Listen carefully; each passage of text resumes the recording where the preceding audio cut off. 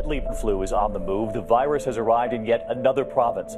They're concerned about any health problem that's on the mainland. It's not going to stay there. Showing the vaccine only thought to be 10% effective. Nationwide, there are already more than 41,000 cases confirmed. Every state in the country reporting widespread flu activity. As of this morning, 18 countries around the world have reported cases of the flu within their borders. Numbers out of Australia as of mid-October are concerning. If you get sick, stay home.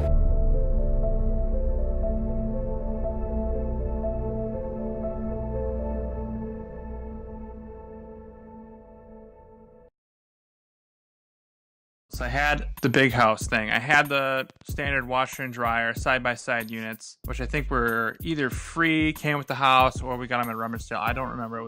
That was quite a while ago. But I do remember when I finally bought this and I got it installed, it felt like a spaceship compared to all the other washer and dryers I had used my whole other life, with the little noisy dials. All the controls on it work flawlessly. It even sings you a little song when your load is done, versus the irritating buzz on the cheaper units that you get for free or hand-me-downs. So initially I was a little concerned that this thing had a lot more stuff on it to break, but it's proven to be able to take a beating. I run a lot of my work clothes through it, which have plaster chunks on it from work. So mine has taken a beating. I've owned it for a few years and it continues to work flawlessly. Every once in a while it even has a feature on it that we use for the tub clean. And maybe one of the problems with this is the design on cleaning out the filter. There is a little hose at the bottom to drain the tub, but I can tell you from experience it doesn't get everything. So when you finally do pop the plug to clean it out, just plan on making a giant mess. But the washer does have some redeeming features. Because it's a one unit that washes and dries, it is kind of cool to be able to load all your laundry in there before bed, push start, go to bed, and when you wake up, your laundry is done. You don't have to wait to switch the load. But one of the downsides is it can take 2-3 hours to do a single load. So if you're doing multiple loads,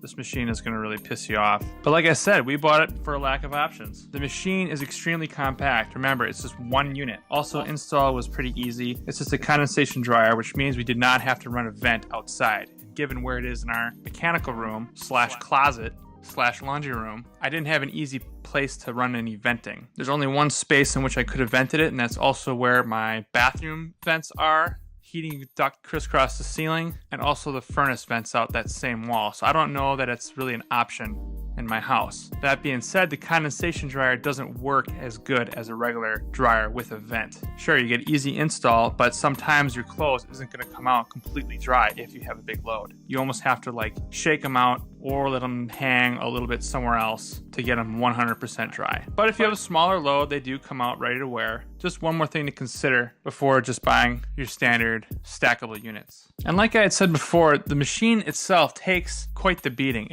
Since it takes 3 hours, a lot of times we'll put in a load at night, wake up, switch the loads out. Wife comes home, puts in a load at lunch, and it's used almost continuously throughout the week, just with various work clothes, gym clothes, or whatever else. But keep in mind, if you own them long enough like we have, they will eventually break. And one of the cons with these is you better have a good service guy. We are fortunate enough to have one who has seen these and worked on them before and is able to fix them. But initially when he came over to fix it the first time, it took him a few tries. There was a problem with a little stupid plastic piece that needed to be repaired, and it was a nightmare for him to figure it out. He had to end up contacting the manufacturer, but he was able to find it. And it wasn't that expensive to fix, but it did require a little bit of legwork. So like I said, for us, it was more of a lack of options. If I had a big house, I would probably go with the LG, stick with the same brand because I love the brand, but I would have gotten the stackable units versus the one machine. Unless, of course, you're made of money, because then you can just buy 2 of these dudes and stack them and have both a washer and a dryer, upper and lower, and be able to do 2 loads at once overnight, which would be cool, but that's a lot of money. I'll post a link for it on Amazon below, just so you can have a more detailed look at the specs, and also a great place to compare it to other machine models that you might be thinking of purchasing alongside this one or instead of. Let me know what you think in the comments below, and I'll talk to you next time.